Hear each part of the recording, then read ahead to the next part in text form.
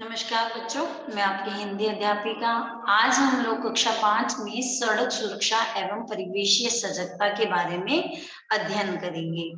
सड़क सुरक्षा एवं परिवेशीय सजगता अब ये एक ऐसा टॉपिक हो चुका है जो हर क्लास के अंदर जुड़ चुका है। क्यों? क्योंकि ये रोड सेफ्टी और एनवायरनमेंट के लिए अवेयरनेस होना बहुत जरूरी है। जब तक हम रोड सेफ्टी नहीं करेंगे तब तक जो आए दिन दुर्घटनाएं होती है ना, जो एक्सीडेंट वगैरह होते हैं उनसे हम लोग कितना नुकसान पा रहे हैं। तो इसके पढ़ने के लिए हमें जरूरी है कि सड़क सुरक्षा के कुछ जो रोड सेफ्टी के नियम होते हैं उनको जानना जरूरी है। फिर एनवायरनमेंट के लिए वर्तमान काल में लोग जो है स्वार्थी बन चुके हैं, अपने स्वार्थ के लिए पेड़ों को काटने लगे हैं, एनवायरनमेंट को नुकसान पहुंचाने लगे हैं। तो उसके लिए भी हमें अवेयर होना जरूरी है। तो सड़क सुरक्षा एवं परिवेशीय सजगता, यह जो टॉपिक है, यह जो उप विषय है, यह बहुत इंपॉर्टेंट उप विषय है। और इसमें ऐसे क्वेश्चंस बनते हैं जो हम नॉर्मली जानते हैं, परंतु उनको सीखना और समझना जरूरी है। जैसे कि देखिए, आजकल क्या हो रहा है कि सड़क पर आए दिन दुर्घटनाएं होती रहती है। हमें जो है सड़क पर एकदम केयरफुल, सावधानी पूर्वक चलना चाहिए। सड़क पर चलते समय हमें फुटपाथ का उपयोग करना चाहिए। यदि फुटपाथ किसी कारण खाली ना हो तो सड़क के दाहिनी ओर चलना चाहिए, राइट हैंड साइड चलना चाहिए, ताकि सामने से आने वाले वाहनों से बचा जा सके। आप लोग बच्चे हैं, आप लोगों को भी पता है कि जब हम रोड पर चलते हैं तो साइड में फुटपाथ बने हुए होते हैं। तो हमें ये ध्यान रखना चाहिए कि हमें सड़क के बीच में से नहीं चलना है, बल्कि जो फुटपाथ बना हुआ है उस पर चलना चाहिए। ताकि क्या होगा, एक्सीडेंट में हमें लगेगी नहीं, चोट वगैरह नहीं आएगी। और दूसरी बात हमें ये ध्यान रखनी होती है कि जब हम स्कूल की बस में चढ़ते हैं, स्कूल की बस में बच्चे स्कूल जाते हैं, तो हमें यह भी ध्यान रखना चाहिए कि दूसरे जो छात्र जो चढ़ रहे हैं और उसके अलावा जो दूसरे छात्र हैं, उन्हें छोटे बच्चों को पहले चढ़ने देना चाहिए। क्यों? क्योंकि जब हम बस में चढ़ते हैं तो एक दूसरे को धक्का भी नहीं देना चाहिए और हमें लाइन से क्रमबद्ध, पंक्तिबद्ध होकर चढ़ना चाहिए। यह बात हमेशा ध्यान रखनी चाहिए कि जब बस पूरी तरह से रुक जाए तभी हमें बस से नीचे उतरना चाहिए। कभी भी हमें उतरते समय एक दूसरे को धक्का देना, जल्दबाजी करना, ये चीजें भी गलत होती है, तो हमें ऐसा नहीं करना चाहिए। ना सीट पर बैठने के लिए कभी झगड़ना भी नहीं चाहिए, क्योंकि बस चल रही है और आप लोग सीट के लिए लड़ोगे, झगड़ोगे तो कोई बच्चा गिर भी सकता है, तो हमें उसका भी ध्यान रखना चाहिए। सबसे बड़ी बात है अनुशासन। गांधी जी कहते हैं ना, निज पर शासन फिर अनुशासन। पहले स्वयं पर शासन करना है, हमें स्वयं को जो है डिसिप्लिन में, अनुशासन से रहना है। फिर हमें दूसरे बच्चों को भी वही चीजें सिखानी है। जब आप बस में बैठते हैं तो ये ध्यान रखेंगे कि आपके बॉडी पार्ट जो है, जैसे किसी भी अंग को खिड़की से बाहर नहीं निकालना चाहिए। चलती बस में हमें सड़क पर कूड़ा नहीं फेंकना चाहिए, हमारा ही वातावरण जो है वो खराब होता है, पर्यावरण खराब होता है, दूषित होता है। जोर जोर से बातें कर कर या शोर मचाना भी नहीं चाहिए। क्यों नहीं मचाना चाहिए? क्योंकि उससे क्या होता है, जो ड्राइवर गाड़ी चला रहा है उसका ध्यान बढ़ जाता है। और ना ही हमें एकदम तेज आवाज में संगीत सुनना चाहिए। तो ये तो सारी हो गई बस में आते जाते समय आपको ध्यान रखने की बात। जब आप जो रोड को क्रॉस करते हो, चौराहे या तिराहे पर सड़क के बीच एक खंभा होता है, आपको पता है ना, जिसपे 3 बत्तियां लगी होती है, लाइट्स होती है। ये 3 रंग की होती है, एक होती है लाल, एक होती है पीली और एक होती है हरी। तो जब लाल रंग होता है तब हमें क्या कर देना चाहिए, वहां पे रुक जाना चाहिए। और पीला रंग और लाल बत्ती जो है, हरा रंग आगे बढ़ने का संदेश देता है ना, ये ट्रैफिक लाइट कहलाती है। इससे यातायात जो है वो नियंत्रित होता है। बहुत सारी आजकल क्या होता है, बहुत ज्यादा ट्रैफिक और किसी को भी वेट करने का टाइम नहीं होता, सब सोचते हैं हम पहले जाएं, हम पहले जाएं। तो इससे एक्सीडेंट होते हैं, एक दूसरे से टक्कर होती है। तो इसलिए ये जो ट्रैफिक लाइट्स होती है, यातायात नियंत्रित होता है इनसे। सड़क के दोनों ओर खंबे पर लगी बत्ती में एक आदमी का चित्र होता है, आपने देखा होगा। उसमें हरी बत्ती जलने पर ही पैदल यात्रियों को जेब्रा क्रॉसिंग मतलब जो लाइंस बनी होती है उनसे सड़क पार करनी चाहिए। यदि किसी अपाहिज, बुजुर्ग या अंधे व्यक्ति को देखें, आप किसी भी असहाय व्यक्ति को देखते हैं तो आपको सड़क पार कराने में उसकी मदद करनी चाहिए। जब जेब्रा क्रॉसिंग को हरी बत्ती तभी होती है जब ट्रैफिक लाइट में लाल बत्ती चल रही हो और वाहनों का आवागमन बंद हो, मतलब हम जो है सड़क को अच्छे से क्रॉस कर सकते हैं। और हमें जितने भी बोर्ड्स लगे हुए होते हैं, जितने भी हमें संकेत दिए हुए होते हैं, वहां पर हमें हमेशा ध्यान रखना चाहिए। जो वाहन की गति निर्धारित करते हैं वो अंक उनके स्थान के अनुसार बदल जाते हैं, अर्थात हमें वाहन की गति को भी ध्यान में रखना चाहिए। उसके बाद में देखो कि यातायात व्यवस्था में सुरक्षा की दृष्टि से सड़क पर सुरक्षित आवागमन के लिए बनाए गए चिन्ह व प्रतीक बहुत ही महत्वपूर्ण होते हैं। जितने भी आप लोगों को पता ही है ना, हमने देखा भी है, और अब आजकल तो इतना जो है इंटरनेट वगैरह पे हम लोग देख लेते हैं कि किस तरीके से गाड़ियां तेज तेज चलती है, तो उनको कंट्रोल करना जरूरी है। और कंट्रोल करने के लिए हमारी सरकार जो है वो अलग अलग नियम बनाती है, तो उन नियमों को हमें क्या करना चाहिए, उन नियमों की हमें पालना करनी चाहिए। अगर हमसे बड़ा भी कोई ये गलती कर रहा है तो हमें उसको समझा देना चाहिए कि नहीं, हमें ऐसा नहीं करना है। तो अब देखिए, परिवेशीय सजगता अर्थात एनवायरमेंटल जो अवेयरनेस होती है उसके बारे में। एनवायरमेंट बहुत जरूरी है, क्योंकि आज के समय में इतना ज्यादा हमें दिक्कतों का सामना करना पड़ता है। लोग अपने स्वार्थ हेतु सब कुछ गलत कर रहे हैं, तो हमें ऐसा नहीं करना है। परिवेशीय सजगता का मतलब ये होता है, परिवेशीय जहां पर आप रह रहे हैं, आपके चारों तरफ आपको ध्यान रखना चाहिए, सजगता होनी चाहिए, उसके प्रति अवेयरनेस होनी चाहिए कि आपके चारों तरफ कोई गंदगी तो नहीं कर रहा है, आपके चारों तरफ कोई कचरा तो नहीं फेंक रहा है, अपने घर का कचरा आपके घर के आसपास या गली में तो नहीं फेंक रहा है। क्यों? क्योंकि अगर कचरा फेंकेंगे तो बीमार होंगे तो फिर कितनी मुसीबतों का सामना करना पड़ेगा। तो परिवेशीय सजगता से आशय मतलब ये है कि हमारे जो आसपास की गतिविधियां हैं, जो क्रियाकलाप हो रहे हैं, उनके प्रति जागरूकता व सतर्कता बरतनी है। इसके अंतर्गत सड़क सुरक्षा जैसे मुख्य विषय तो है ही, इसके अतिरिक्त नित्य जीवन में स्वयं से, परिवार से, समाज से संबंधित क्रियाकलाप भी आते हैं, जिनका प्रभाव हमारे जीवन व समाज पर पड़ता है। अतः हमें अपने परिवेश के प्रति सजगता व जागरूकता रखनी चाहिए, ताकि हमारा जीवन सुरक्षित व सुखद बन सकेगा। तो परिवेशीय सजगता का मतलब ये हुआ कि आपके आसपास, आपके अड़ोसी पड़ोसी, आपके जो अगर मान लीजिए आपका घर के आगे से वाहन जाते हैं, तो उनका, इन सब के प्रति भी हमें सजग होना चाहिए। तो ये बात हो गई है कि आज के समय में इन सब बातों को वैसे तो हम जानते हैं, पर थोड़ा सा अध्ययन करने के बाद में हम दूसरे को भी ये ज्ञान दे सकते हैं। तो देखो, यहाँ कुछ क्वेश्चंस है जो हम करेंगे, बाकी आप अभ्यास के लिए आपको दिए जाएंगे, तो आप कीजिएगा इनको। जैसे देखो, पैदल चलते समय हमें सड़क के किस भाग पर चलना चाहिए? हमें सड़क के फुटपाथ पर चलना चाहिए। जितना भी हमने सार पढ़ा है अभी तक, उससे क्वेश्चंस हैं। पैदल सड़क पार करते समय हमें क्या करना चाहिए? पैदल सड़क पार करते समय हमें ट्रैफिक लाइट में लाल बत्ती होने पर जेब्रा क्रॉसिंग से सड़क पार करनी चाहिए।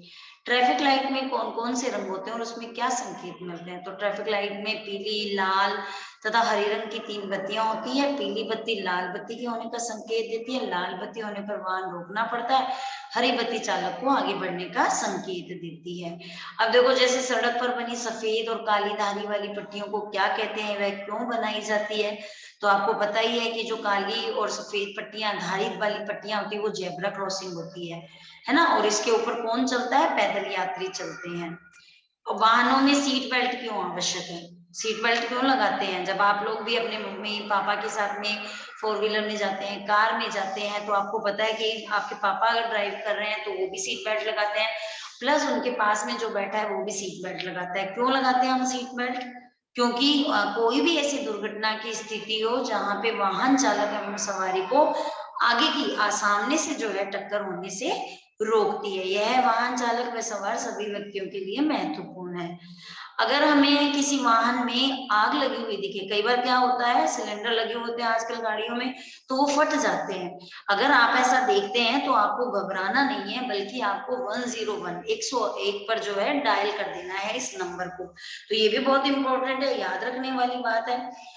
आप लोग बच्चे हैं, परंतु हमें अगर ऐसी कोई परिस्थिति आ जाए तो आप लोग ये नंबर तो डायल कर सकते हैं। अगर हमें सड़क पर, जैसे मान लो एक्सीडेंट हो गया, आप जा रहे हैं और आपके पेरेंट्स भी आपके साथ हैं, उनको नहीं पता, तो आप भी उनको बता सकते हैं कि आप फटाफट से 108 108 जो एम्बुलेंस नंबर, उस पर जो है डायल करें। यदि किसी समस्या में फंस गए हैं और आपको पुलिस की मदद चाहिए, तो आप क्या करोगे? 100 नंबर पर, 100 नंबर पर आप डायल करोगे। तो ये नंबर आज ही आप अपनी कॉपी या डायरी में लिख लेंगे। समझ में आ गया? तो ऐसे यदि आप दुर्घटना स्थल पर हो तो आपको क्या करना चाहिए? तो आपको क्या करना है, एम्बुलेंस के लिए आपको नंबर पहले बता ही दिए गए, आप उसको सूचना दो और उनकी प्राथमिक चिकित्सा भी करनी चाहिए। ट्रैफिक लाइट पर खड़े रहकर इंजन न बंद करने से क्या होता है? क्या होता है? ट्रैफिक लाइट इंजन न बंद करने से ईंधन की खपत बढ़ती है तथा वायु प्रदूषण भी होता है। तो अगर हम बहुत देर से खड़े हैं तो हमें बंद कर देनी चाहिए। ठीक है, तो इस प्रकार से कुछ क्वेश्चंस हैं। अब देखिए, जैसे क्या आप जानते हैं कि सड़क चिन्ह पूरी दुनिया में एक जैसी है? तो देखो, मुझे अपने दादाजी और विषयाध्यापक से महोदय से ये जानकारी मिली कि सड़क चिन्ह पूरी दुनिया में एक जैसे होते हैं। इनके द्वारा मुझे यह भी ज्ञात हुआ कि विभिन्न देशों में अलग अलग भाषाएं बोली जाती हैं। ये भाषाएं प्राय वाहन चालकों को समझ में नहीं आती। दूसरे शब्दों में, सड़क के नियमों के समझने में भाषाई विभिन्नता रुकावट बन जाती है। इसी कारण सड़क के नियमों को संकेत रूप में समझाने के लिए पूरे विश्व में सड़क चिन्ह एक जैसे होते हैं। तो समझ में आई आपको बात कि सड़क चिन्ह जो है वो पूरी दुनिया में एक जैसे हैं। क्यों? क्योंकि जब अलग अलग ड्राइवर जो है गाड़ियां लेके जाते हैं, वो अलग अलग क्षेत्र में चलाते हैं, तो भाषाओं की प्रॉब्लम तो आनी होती है। सबको सारी भाषाएं तो नहीं आती है ना। तो जो सड़क नियम संकेत होते हैं वो एक जैसे होते हैं, तो वो आसानी से अपनी गाड़ी को चला सकते हैं। अगर कोई पैदल यात्री परिपथ को जेब्रा क्रॉसिंग क्यों कहते हैं? परिपथ मतलब वहां चलने वाला रास्ता। तो पैदल यात्रा परिपथ को जेब्रा क्रॉसिंग इसलिए कहते हैं क्योंकि सड़क पर जिस जगह क्रॉसिंग होती है वहां वैसी ही क्षैतिज धारीदार पट्टियां बनी होती है। वह जेब्रा पशु के शरीर पर बनी होती है। इस प्रकार जेब्रा क्रॉसिंग से आशय धारीदार पट्टियों से होता है। समझ में आ गई बात? आगे देखो कुछ क्वेश्चन, जैसे इसमें जब आपको ये पीडीएफ सेंड की जाएगी तो आप स्वयं से भी कुछ क्वेश्चंस करेंगे। देखो, विद्यालय जाते समय एवं घर वापस आते समय सड़क के कौन कौन से चिन्हों को आप देखते हैं? तो पता है आपको, विद्यालय जाते समय और घर वापस आते समय हम क्या देखते हैं? आगे मोड़ है, कहीं पे प्रवेश निषेध है, हॉर्न प्रतिबंधित है, आगे विद्यालय है, पैदल यात्रा प्रतिबंधित है, घड़ी अवरोधक, गति सीमा, यू टर्न निषेध, ओवरटेक निषेध, ये सब जो है आते हैं। समझ में आ गया? चलिए, तो कुछ इंपॉर्टेंट क्वेश्चन, सारे इंपॉर्टेंट है, बट आप लोगों को कुछ मैं बता देती हूँ, फिर आप पीडीएफ के माध्यम से इनको समझेंगे। सड़क पर पालन किए जाने वाले नियम व सावधानियों के बारे में बताइए। जब हम सड़क पर जा रहे हैं, गाड़ी चला रहे हैं या पैदल जा रहे हैं, तो कौन से नियम और कौन सी सावधानी होती है? तो देखो, जब हम पैदल हों तो ध्यानपूर्वक चलना चाहिए, सामने से आ रहे यातायात पर नजर रखनी चाहिए, वहां ड्राइवर नहीं देख पाए वहां सड़क पार करने से बचना चाहिए। सेकंड, डिवाइडर अथवा रेलिंग्स के ऊपर से कभी नहीं कूदना चाहिए, ये भी नुकसानदायक है। यदि हम साइकिल से यात्रा कर रहे हैं तो वो साइकिल पर क्षमता से अधिक भार नहीं लादना चाहिए। यदि सड़क पर साइकिल मार्ग हो तो केवल उसका ही उपयोग करना चाहिए अथवा हमेशा बाईं ओर से चलना चाहिए।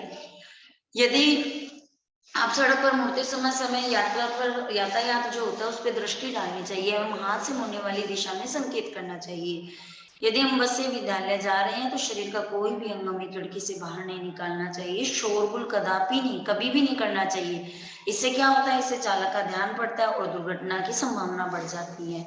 तो चलिए, ये हो गए हमारे कुछ एक क्वेश्चन जो आपको मैंने समझाए। देखिए, अब एक लास्ट क्वेश्चन समझते हैं।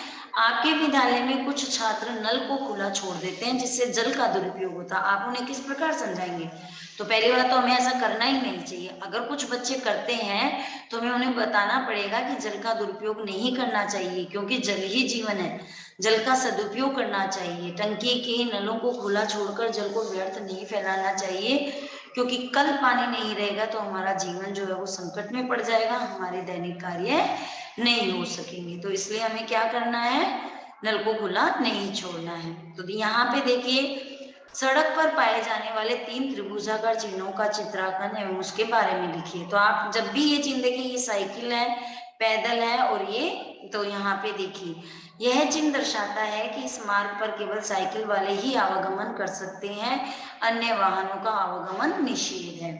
फिर सेकंड है, यह चिन्ह वाहन को सावधानी से चलाने की चेतावनी देता है और यह दर्शाता है कि आगे थोड़ी दूरी पर स्कूल है, अतः गति कम रखें।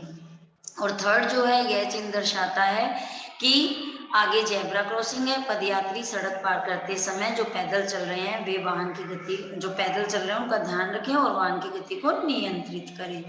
अब यहाँ पे देखो, सड़क सुरक्षा यातायात के चिन्ह को पहचानने का अभ्यास करें। अगर कहीं पे भी आपको ये चिन्ह दिखाई देते हैं तो यहाँ पे ये प्रवेश निषेध के लिए है, ये आगे विद्यालय है, गति अवरोधक है, हॉर्न प्रतिबंधक, पैदल यात्रा प्रतिबंध और गति सीमा, आपको कितनी गति रखनी है यह भी आता है। तो इस प्रकार से हम लोग जो है यहाँ पर इन सारे क्वेश्चंस को पढ़ेंगे, ये जरूरी है।